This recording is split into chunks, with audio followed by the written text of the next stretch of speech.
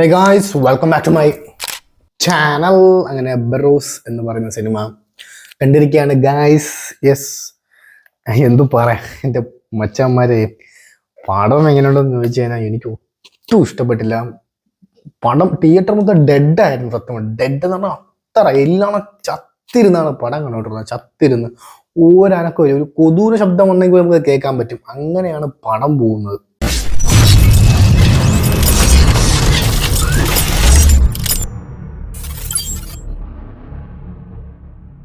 Directed by ലാലേട്ടൻ. എനിക്ക് അറിഞ്ഞൂടാ എന്താണ് ഇതിൽ ഇരിക്കുന്നതെന്ന്. ആരൊക്കെയോ എന്തൊക്കെയോ പറയുന്നു. യസാബല്ല എന്ന് പറഞ്ഞൊരു പെണ്ണിനെ കാണിക്കുന്നു. അതങ്ങനെ പോണോ ഇതങ്ങനെ പോണു. മോഹൻലാൽ എന്തൊക്കെയൊക്കെയോ അന്ന് കാണിക്കുന്നുണ്ട്. കിഡ്സ് മൂവിയാണ്, സമ്മതിച്ച് കിഡ്സ് മൂവിയാണ്. പക്ഷെ കിഡ്സിനെ എന്റർടൈൻ ചെയ്യിപ്പിക്കുന്ന എന്താണ് അതിനകത്തുള്ളത്?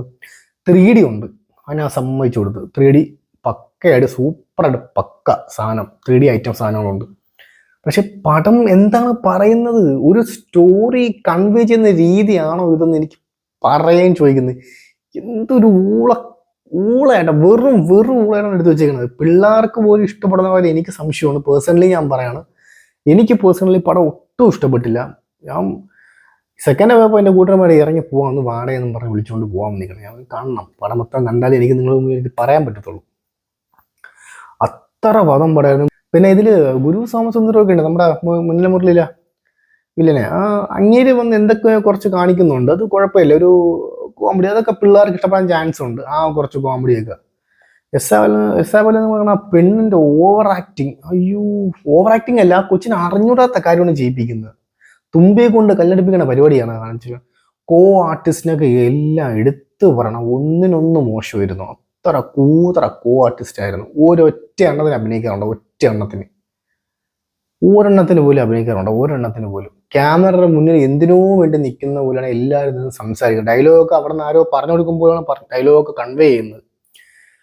എന്ത് ഇരിക്കണം. അതായത് എഡിറ്റർ അജിത്ത് എന്ന് പറഞ്ഞ പുള്ളിക്കാരൻ എന്തോ നാഷണൽ അവാർഡ് വിന്നറാണ്. ഇതിൽ എന്തും പണിയെടുത്തെന്ന് എനിക്ക് അറിഞ്ഞുകൂടാ. സിനിമാറ്റോഗ്രാഫർ സന്തോഷ് ശിവൻ.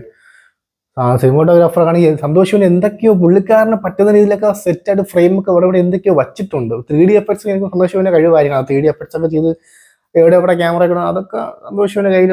പുള്ളിക്കാരൻ നല്ലോണം എവിടെയൊക്കെ നല്ലോണം ഒന്നല്ല, അയാളെ കൊണ്ട് പറ്റുന്ന രീതിയിൽ അയാൾ പണിയെടുത്ത് വെച്ചിട്ടുണ്ട്. ബാക്കി കോ ആർട്ടിസ്റ്റും എല്ലാ ഷോക്കും ഞാൻ വിചാരിച്ച് പിള്ളേരെങ്കിലും എൻജോയ് ചെയ്യുമല്ലോ എന്ന്. ഇന്റർവെല്ലായിട്ട് ഞാനൊന്നും എണീറ്റ് ഞെളിഞ്ഞത് എല്ലാണോ ചത്തിരി. പിള്ളേരൊക്കെ ഉറക്കം. ഞാൻ പോയ ഷോ 7:30 ഷോയാണ് ഞാൻ പോയത്. എല്ലാം ഉറക്കമായിരുന്നു. പിള്ളേരും അച്ഛനും പിള്ളേരൊക്കെ പറഞ്ഞ സുഖം ഉറക്കമായിരുന്നു അതിനകത്ത്. എനിക്ക് തോന്നുന്നില്ല ഇത് ഈ വർഷത്തെ ലാസ്റ്റ് പടമാണ് ഇപ്പം ഞാൻ കണ്ടത്. ഭയങ്കര ഡിസപ്പോയിൻ്റ് ആയിപ്പോയി. ലാലേട്ടൻ്റെ ഭാഗത്തുനിന്ന് ഞാൻ ഇത് ഒട്ടും പ്രതീക്ഷിച്ചില്ല. ഞാൻ വെച്ച് പിള്ളേർക്കുള്ളതെങ്കിലും ഉള്ള സാധനം കാണും, എന്തെങ്കിലുമൊക്കെ ലാലേട്ടൻ്റെ പഴയ കോമഡിയോ എന്തെങ്കിലുമൊക്കെ ഒന്ന് കാണുമെന്ന് വിചാരിച്ചത്. ഒന്നുമില്ല. എന്തൊക്കെയോ ഇമോഷൻസ് കൊണ്ടുവരാൻ ശ്രമിക്കുന്നു, അതെല്ലാം കിടക്കണം. ആക്ച്വലി ഇതില് മോഹൻലാലിന് പോലും ഡയലോഗ് പറയുന്നത് ഒട്ടും ഇഷ്ടപ്പെട്ടില്ല. ഒന്നും ശരിയാവുന്നില്ലടേ, ഒന്നും അങ്ങോട്ട് പിടിക്കുന്നില്ല. കൈയടിക്കാനായിട്ട് ഒരു സീനില്ല, ഒരു സീൻ. എല്ലാം കുറെ ആനിമേഷന്റെ സംഭവമൊക്കെ എന്തൊക്കെയോ ഉണ്ട്, എന്തൊക്കെയോ ഇമോഷണൽ ശ്രമിക്കുന്നുണ്ട്. പോർച്ചുഗീസുകാർ കുറെ ബ്രിട്ടീഷുകാരെ കാണിക്കുന്നുണ്ട്. അവരൊക്കെ ഒന്നുമില്ല.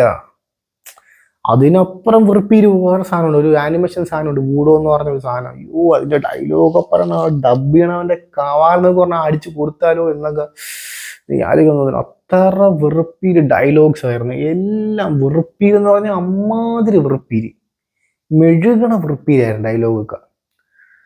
പിള്ളേർക്ക് എന്തെങ്കിലുമൊക്കെ ഒന്ന് കൊട്ടിക്കളിക്കാൻ അല്ലെങ്കിൽ കാര്യം പിടിയിട്ടുണ്ട്. ഇത് എനിക്കൊരു കാര്യം മനസ്സിലായി, എന്തിനാണ് കാണിക്കുന്നത്, എന്താണ് ഉദ്ദേശിക്കുന്നത്, ഒന്നും ഒരു എത്തുംപിടി ഇല്ലാതെ പൊക്കോണ്ടിരിക്കുന്നത്. ചത്തിരുന്ന് കാണും. പിന്നെ ലാലേട്ടൻ ഡയറക്ട് ചെയ്ത സിനിമയല്ലേ, നമ്മൾ കാണണം. ഒരു വാശിയിലാണ് ഞാൻ തന്നെ കണ്ടത്. പുള്ളിക്കാരൻ്റെ അടുത്ത വർഷത്തേക്ക് പുള്ളിക്കാരൻ്റെ ലൈനപ്പൊക്കെ അടിപൊളിയാണ്. പോകുന്ന വഴിയൊക്കെ അടിപൊളിയാണ്. അടുത്ത വരുന്ന പടങ്ങളെല്ലാം സെറ്റ് ഡയറക്ടർമാരാണ് കൊണ്ടുപോകുന്നത്. മോഹൻലാലിന് അടുത്തത് നല്ലൊരു പ്രതീക്ഷ നമുക്ക് വയ്ക്കാം. പിന്നെ ഇതിൻ്റെ നരേഷൻ പറഞ്ഞ മമ്മൂട്ടിയായിരുന്നു. അത് നരേഷനൊക്കെ മമ്മൂട്ടി കൈകാര്യം ചെയ്തിട്ടുണ്ട്. പക്ഷേ പണ്ടത്തെ ഒരു ഡ്രാക്കുള സിനിമയുണ്ട്, വിനയനൊക്കെ എടുത്തോട്ടോ, അതൊക്കെ പൊള്ളി പടം. ഈ പടം വെച്ച് കമ്പയർ ചെയ്യുമ്പോൾ അത് സെറ്റ് പടം. പറ്റുമെങ്കിൽ നിങ്ങളൊന്ന് കാണാൻ ശ്രമിക്കുക. ചിലപ്പോൾ യൂട്യൂബിലൊക്കെ കാണുവാണ്ട് വിശ്വാസം. ഡ്രാക്കുള 3D എന്ന് പറഞ്ഞു. ഞാനൊക്കെ അപ്പം പണ്ട് ഞാൻ പോയി തിയേറ്ററിൽ പോയി കണ്ടതാണ് ആ സിനിമ. രമ്യ തിയേറ്ററിലൊക്കെ ഞാൻ പോയി കണ്ടതാണ് ആ സിനിമയൊക്കെ. ഒന്ന് കണ്ടിട്ട് ഇനി അത് കാണണം. നിങ്ങൾ കൈ അടിക്കും ആ സിനിമ കണ്ട. ഡ്രാക്കുളയൊക്കെ എടുത്ത് വെച്ചേക്കണം. ഇതിന്റെ പകുതി ബഡ്ജറ്റ് പോലും ഇല്ല ആ സിനിമ എടുത്ത് വെച്ചേക്കണം ഡ്രാക്കുള. ഇത് 1.5-2 വർഷത്തെ ഷൂട്ട് എന്നൊക്കെ ഉണ്ടെന്ന് പറഞ്ഞു. പക്ഷെ അതൊന്നും ഇതിൽ കാണുന്നില്ല. ഇതിന് വലിയ സെറ്റും അങ്ങനെ ഒന്നും ഇല്ല. സെറ്റ് മീൻസ് വേറെ സ്ഥലങ്ങളിലൊന്നും പോകുന്നില്ല. എല്ലാം സെറ്റാണ്. സെറ്റിനകത്താണ് മൊത്തം പരിപാടിയും കാണിച്ചു വെച്ചേക്കണത്. ഒന്നുമില്ല അതിനകത്ത്. I am very disappointed. ഭയങ്കര ഡിസപ്പോയിന്റഡ് ആടേ. ഭയങ്കര ഡിസപ്പോയിന്റഡ്. എനിക്ക് വേറെ ഒന്നും പറയാനില്ല. എനിക്ക് വേണ്ടായിരുന്നു സത്യം പറഞ്ഞ. എന്തിനാണ് പിള്ളേർക്ക് കിഡ്സ് മൂവി ആണ്. പക്ഷേ പിള്ളേർക്കുള്ളതും എനിക്ക് ഒരു തോന്നിയില്ല. ഉണ്ടെന്ന് വെച്ചാൽ കുറച്ച് സീനൊക്കെ ആനിമേഷൻ ആയിട്ടുള്ള ഫുൾ സീൻസ് ഒക്കെ അത് ചിലപ്പോൾ പിള്ളേർക്ക് ചിലപ്പോൾ ഒന്ന് കണ്ണിലൊന്ന് കാണാം എന്നുള്ള രീതിയിൽ വർക്കൗട്ട് ഇട്ടതായിരിക്കാം ചിലപ്പോൾ. നമുക്ക് പറ്റിയൊന്നുമില്ലടേ. ഞാൻ ഉള്ള കാര്യം പറയാണ് ഇപ്പോഴും. ഭയങ്കര ഇമോഷൻ. ലാലേട്ടൻ എന്തെങ്കിലുമൊക്കെ കാണാൻ പ്രതീക്ഷിച്ച് പോവാണെങ്കിൽ പോകരുത്.